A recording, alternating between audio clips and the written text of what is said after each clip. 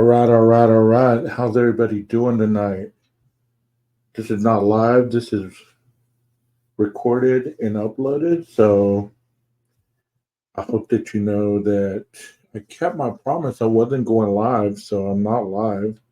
My name is 12 Gauge. Welcome to my channel. If you haven't been here before, I hope that you find something that interests you and something that keeps you coming back. And if you continue to come to my channel because it's something that you enjoy or you find something that's entertaining, thank you so much for doing so. Tonight I want to review a video that I did before early on in my channel creation, and it has to do with exculpatory evidence. And I'm going to be talking a lot about exculpatory evidence, and I'll probably be breaking in there and also discussing what the past me was trying to discuss. So let me pull this up.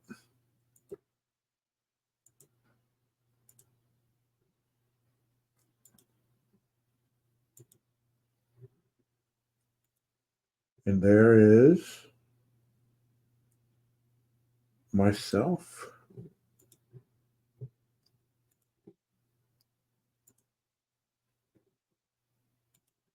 Okay, let's talk about exculpatory evidence. Let's see what I got to say about that. My name's 12 Gauge, and I'm going to talk about the IDAHO4 case a little bit. I'm going to talk about exculpatory evidence and give definitions and maybe give some examples on how this applies to criminal law. So let's take a look at this. Before we begin, I'd like to say that all the opinions are my own, and I stick behind what I say, even if it's right or wrong. And I'm not above learning new things. So if I say something incorrectly, I'm still learning this stuff as I go. So be kind and let me know that I'm wrong so that I can fix it, so that I can't get on here and look like a fool again. You know what I mean? But I'm going to do my best. Well, here we go. It says, in criminal law, exculpatory evidence is evidence that supports a defendant's innocence. It can be a statement or other evidence that tends to justify, excuse, or absolve the defendant of guilt. Exculpatory evidence can be uncovered by either the prosecution or defense and must be presented in court. Exculpatory evidence is the opposite of inculpatory evidence, which tend to present guilt. Examples of exculpatory evidence include proof of an alibi, eyewitness statements, video footage, audio recordings, any other physical evidence that shows doubt that the person committed the crime. Okay, as I'm going to talk about later on in this stream, I'm going to talk about Bethany Funk because she was the one that was supposed to have exculpatory evidence. So if you look at those examples of exculpatory evidence, there could be proof of an alibi, possibly maybe another person's alibi as far as the other surviving roommate could have been lying about an alibi. Eyewitness statements could have been something that was said that really wasn't seen. Video footage that could have been recorded. Audio recordings. Obviously, she could have recorded something auditorily that was to her and her alone. And like I said, any other physical evidence that can show doubt that the person committed a crime, which would be Mr. Koberger. So let's look at this a little bit pertaining to the IDAHO4 case with Brittany Funk. Bethany Funk, my bad. Bethany, not Brittany. So proof of an alibi. So something that is strictly knowledgeable of her that nobody else could know. And that's all, you know. I saw this. This is what happened. I didn't see anything else. I was here all night. I discovered the bodies. I passed out, blah, blah, blah. Proof of an alibi that they were there, that she was there. So exculpatory is strictly based on what she states happened regarding herself. Eyewitness statements, meaning that she was an eyewitness to the crime. Even though we don't know if she saw anything because it hasn't been stated. Her stuff has really been tight-lipped. So we don't really know what her statements were regarding what she saw, who she saw, what she heard. Did she actually hear anything? Was she texting with Dylan? Was she texting with the roommates? Any of this stuff, So no telling what it was that her eyewitness statement was. Did she have any video footage that she recorded? Maybe she saw something. Maybe she recorded the Elantra leaving. Maybe she took photos of the Elantra. Maybe she caught the individual in the Elantra. Maybe we never know. Audio recording. Did she turn on her audio recording and record the noises that were heard, the sounds that were heard, any of the voices that Dylan stated that she heard? Any other physical evidence that showed doubt that the person committed the crime?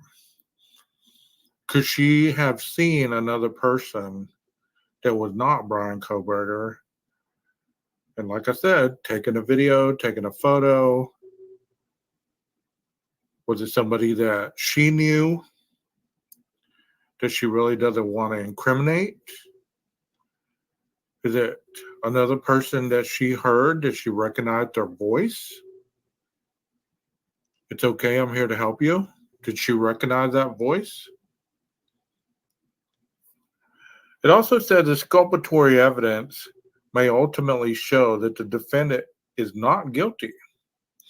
Exculpatory can also refer to an exculpatory clause, which indicates circumstances when a party does not assume liability or damages. The exculpatory no doctrine which state that an individual cannot be charged with making false statements if the statement is a false denial of guilt made in response to a federal investigator's question. This is not legal advice. You may want to consult with a lawyer after the situation, is what it says. So, very brief explanation. Then it goes down. It says in criminal law, exculpatory evidence is evidence such as a statement tending to excuse, justify, or absolve the alleged fault or guilt of a defendant. In other words, the evidence is favorable to the defendant. In contrast to it, inculpatory evidence tends to stress guilt. See also the Brady Rule. And we have heard of the Brady Giglio and all that exemplifies. And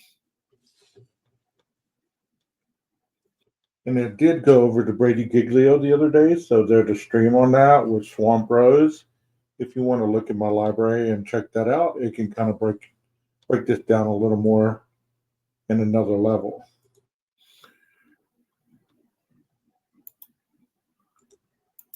So let's talk about the Brady Giglio.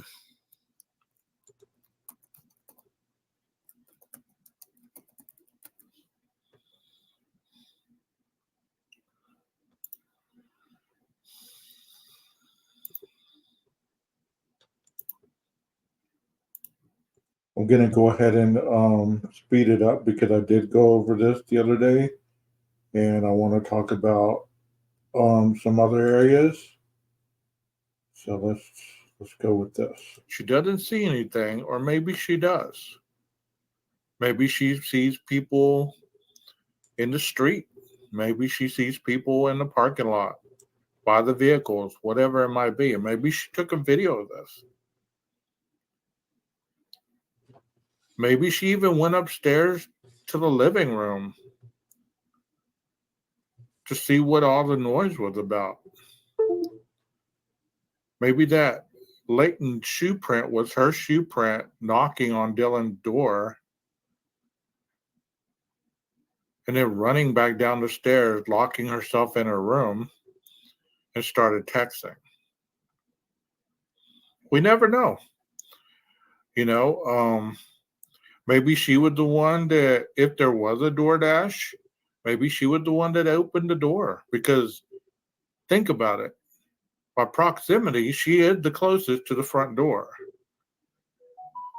And as what we saw in another video, police cam,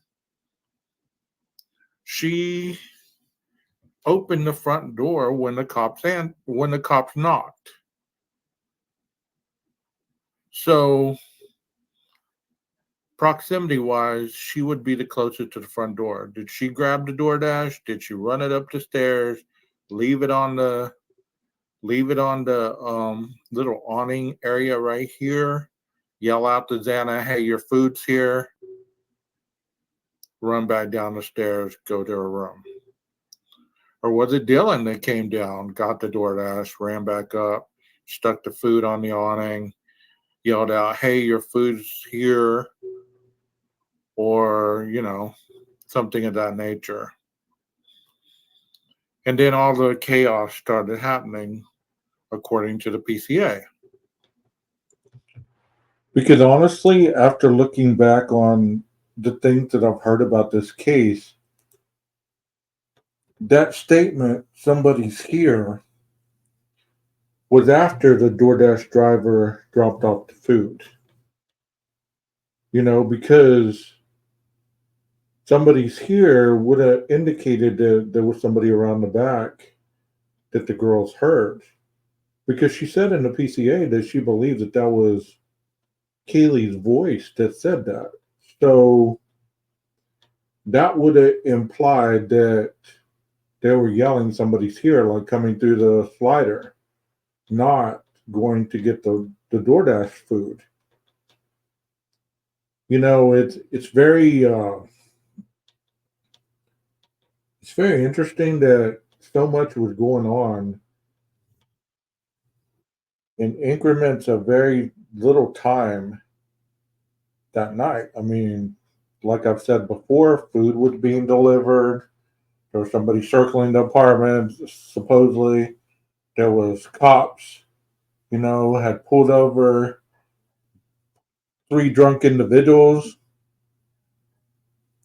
Earlier in the night, we had seen people running through the parking lot behind them. I mean, there was just a lot going on. So to say that it was a slow night, that's an understatement, I would say. Slow night. I wonder what a busy night looks like. Hit it, 12 gauge. She heard the dog and what sounded like Kaylee and the dog were playing.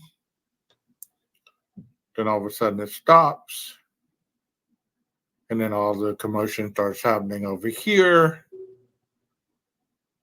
And then she sees him walking out toward the sliding door. So she sees him walking toward the sliding door. So was that just the front? Did he walk toward the sliding door and then come back down, open the door, and run out the front door? And Bethany took a photo or a video of him running out the front door, and his car wasn't even back here. Maybe his car was up the hill. Or maybe it was back here. Maybe he ran out the front door, up the hill, in his car, down the hill, and all the way around. It's just interesting how fast all this happened and how quickly you're in, you do what you do, and then you're out. Maybe the exculpatory evidence could have been also that Bethany wasn't even there. maybe the front door being open was the fact that she heard what was going on, took the moment to run out of the house, and the exculpatory would have been that she could not be a good witness because she wasn't there.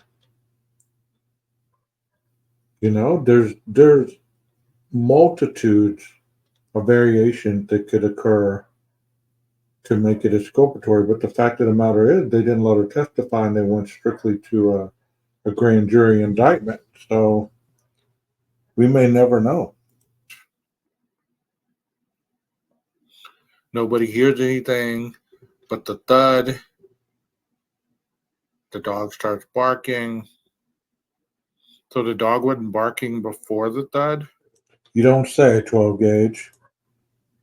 While during all this commotion, the dog wasn't barking. Are you serious? But they said this dog wasn't one of those dogs that would bark. Not what I heard. So the thud happened. The dog starts barking.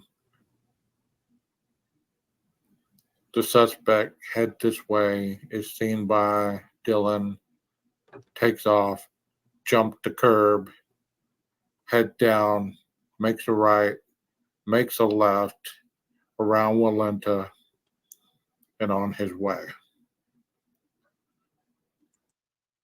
All this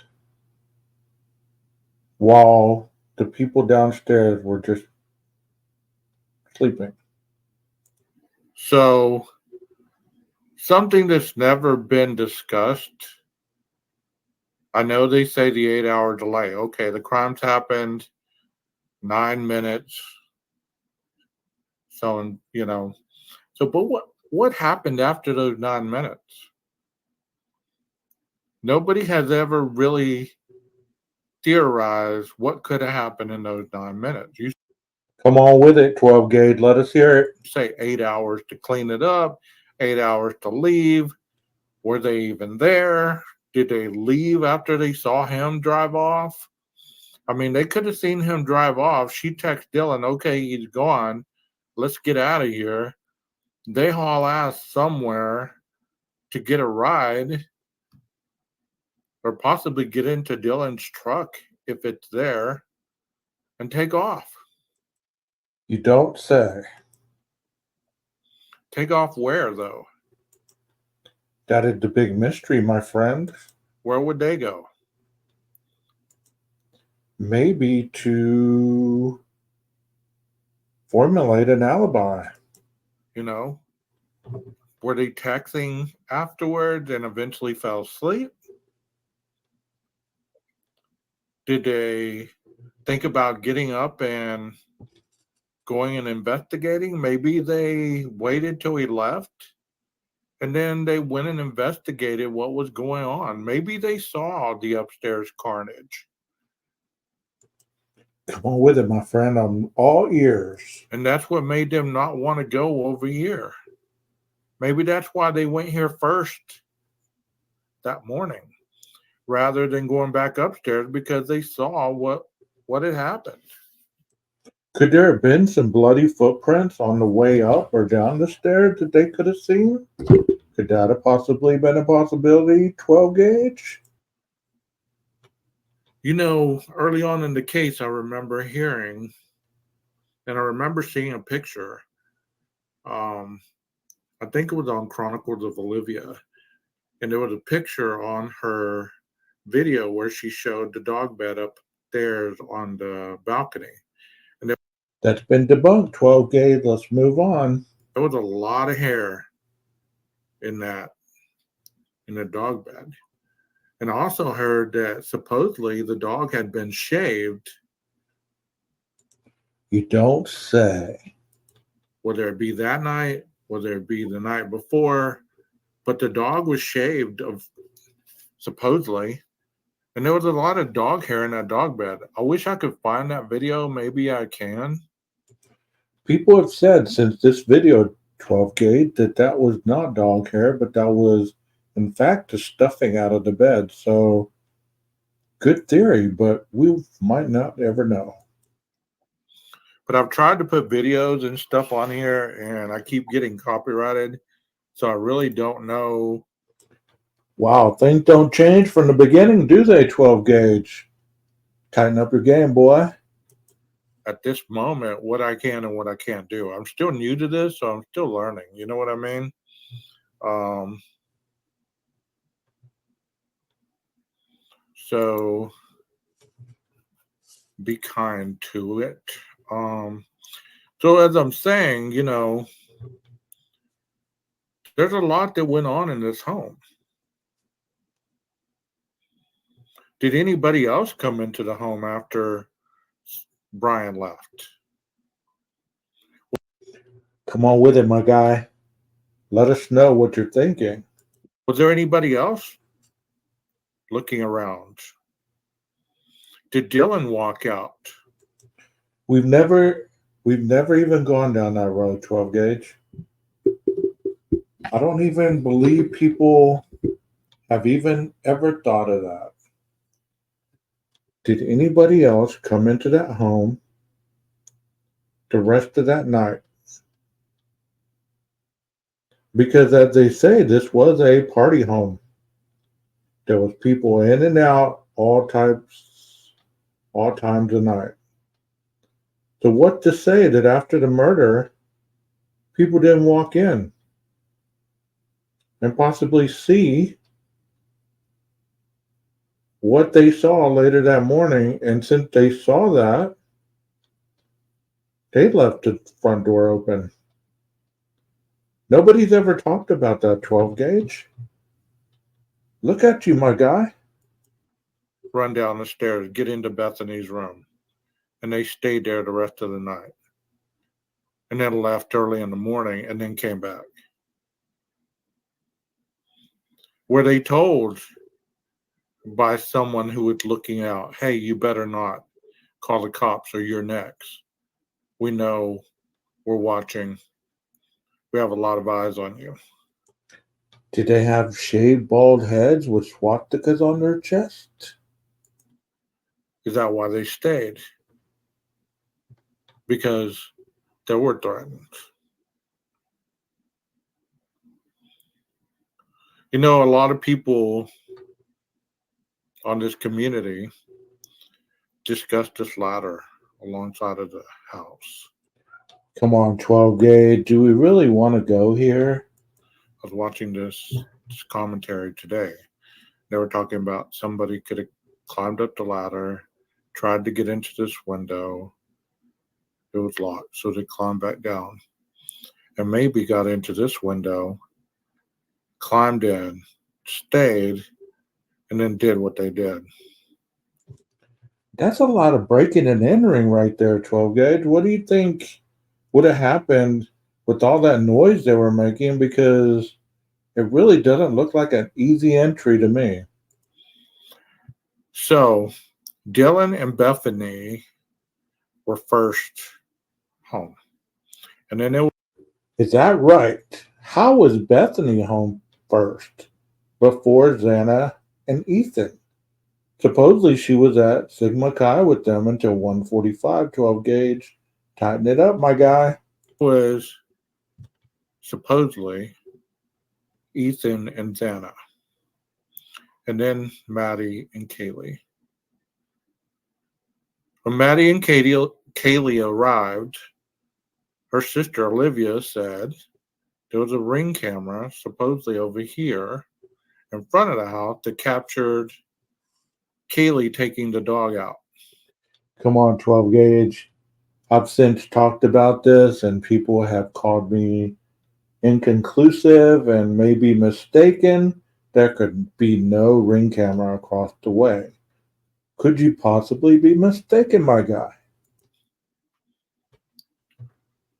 In an interview that I saw early on as well, a lot of these things have been taken down for whatever reason, but I remember seeing them and reading them because I've been looking at this case since day one almost. No picture, no proof, no story. It stated that Kaylee went out back, took the dog out. She saw a man in a mask It scared her, and she ran back in, grabbed the dog, and ran back in. Whoa, that's a bombshell right there, 12 gauge. Did you hear that or did you make that up, my guy? So maybe that man in the mask was a lookout. Maybe it was somebody that was watching. So you say there could have been more than one person, 12 gauge? Relaying information. Yeah, they're all here. They're still awake. Because, I have a light on right now, and I could be sleeping, and you would think that I was awake because the light was on. But think about this. She grabbed the dog, runs back in, runs up the stairs, goes into her room. This is supposedly around 1:56, 58, 2 o'clock. They start. Which one is it, 12 gauge? You can't have all three of those. So let's go with 2 o'clock, my guy. Start calling, texting Jack DeCur. All that time, no answer. Call from Maddie's phone, no answer. Was she scared of this masked man? And maybe that masked man was the lookout, but came in to subdue until other people arrived, or until another person arrived. Because just because you see a masked figure does not necessarily mean that they're brave enough to walk into the residence, especially if you lock the door behind you. You know what I mean? So if that slide. You just said a lot right there, my guy. So if she locked that door behind her, how did the killer get in the house? Slider was locked, how did Brian get in? Whoa. Or was that Brian? Whoa. That's interesting because everything I've ever heard says he didn't take off till 2:48 or somewhere around there. So that couldn't have been him because they would have been finished texting Jack around that time. And there's no way he could have teleported himself from Pullman to the home and did what he did. But then that would have thrown the whole timeline off, saying that he was there at 3 o'clock. With the original timeline, they said 3 to 4, and then somehow moved it because of the TikTok on Xana's phone at 4:12, plus the DoorDash. So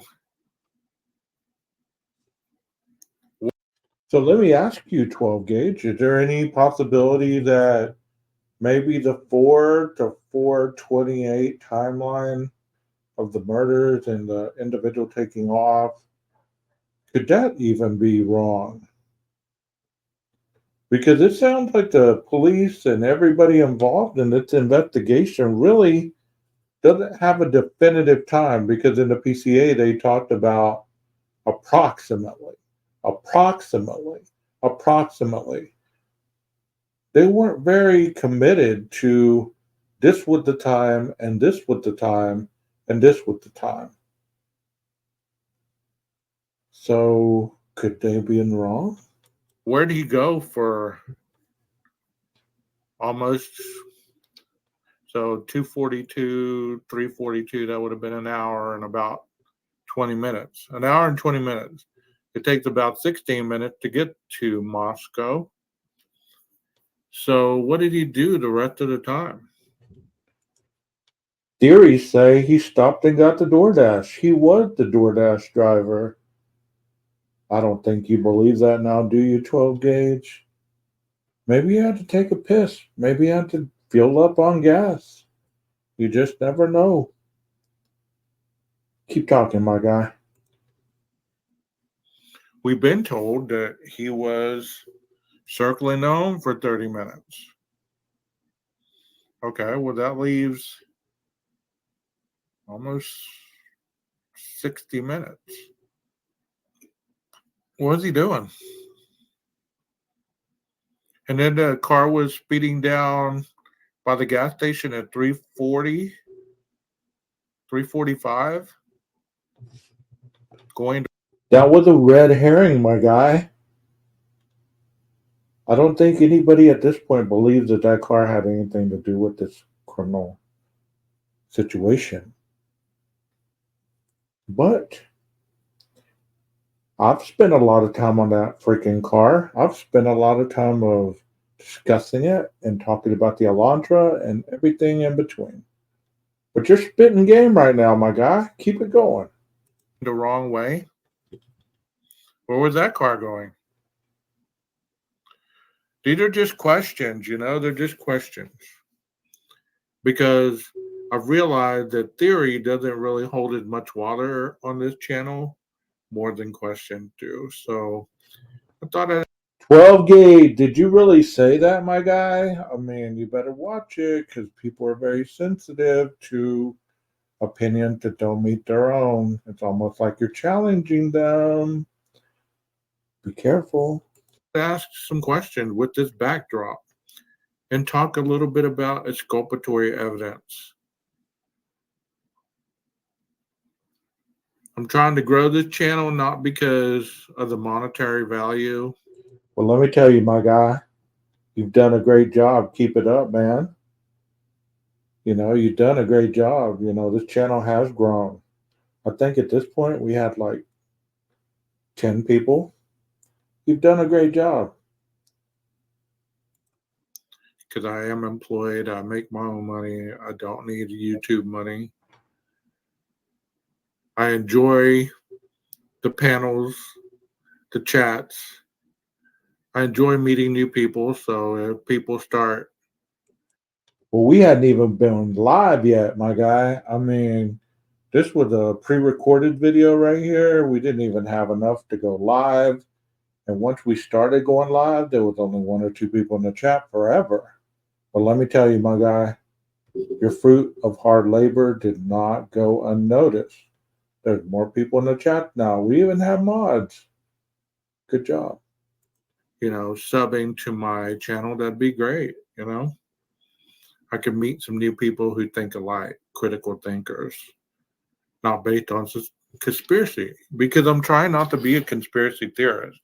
Most of the stuff that I speak is facts based on scientific evidence that has been presented that can't be disclaimed, because for reality purposes, we don't know what we don't know. We only know what the PCA has told us. The exculpatory evidence that's intimate to Bethany is the fact that, yes, she did hear what Dylan stated she heard, but she saw something different. Because Dylan saw one thing, maybe she saw something different. Maybe she had a photo of something different. Because I remember talking to somebody about the PCA, and let me see if I can pull it up right quick. Oh, 12 gauge, don't go here. I know where you're going. I remember talking about the PCA and how in part of the PCA, Don't do it. it talks about the roommates having a video of something. Let me see if I can find it. And before I let you go any further, my guy, people have said that that video that's mentioned in the PCA could be the video evidence of the stupid little car in front of the gas station. So that's what they put in there. But you know, and I know, as we are one, that couldn't have possibly been because they're talking about the downloads of the data from these two's phone at that point. They're not talking in the past. They're not talking about putting that in the moments of the other vehicle being seen in front of that gas station. So is it really that, or is it what people want it to be? Let me speed you up, 12 gauge. and Dylan's phone. The video of a suspect video, as described below, leads investigator to believe the homicides occurred between 4 and 4:25. Okay, 12 gauge. Great find.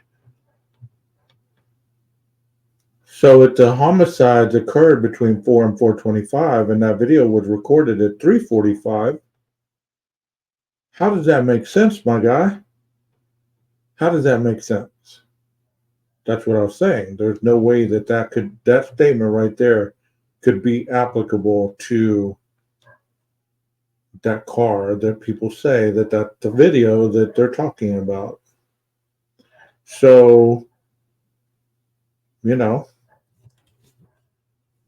there's many different deviations about understanding and things of that nature, but you and I both know we saw something, we read something, and this doesn't mean what that little car in front of the gas station speeding by that the manager got a picture of because it was going by at 3:45. This leads investigators to believe the homicides occurred between 4 and 4:25. How could a car going by a gas station at 3:45 lead them to believe that this happened between 4 and 4:25? It doesn't make sense. Great find. Right here. And video. Okay, 12 gauge. I think we're done for the night. Let me see what. I read that one day and I was like, whoa, that is crazy. Not crazy, my guy. You're a great analytical thinker. Just keep up the good work. Stay true to yourself and don't let anybody dampen your spirit. Well, guys, if you enjoyed me talking to my past self, he's a hell of a guy. He's a hell of a talker. He wasn't as confident back then because that was probably one of the earliest videos that I did. But regardless, I hope you enjoyed it. And I hope that you leave some comments and hit the likes and subscribe if you're new to the channel. And I shall see you soon. Maestro, cue that music.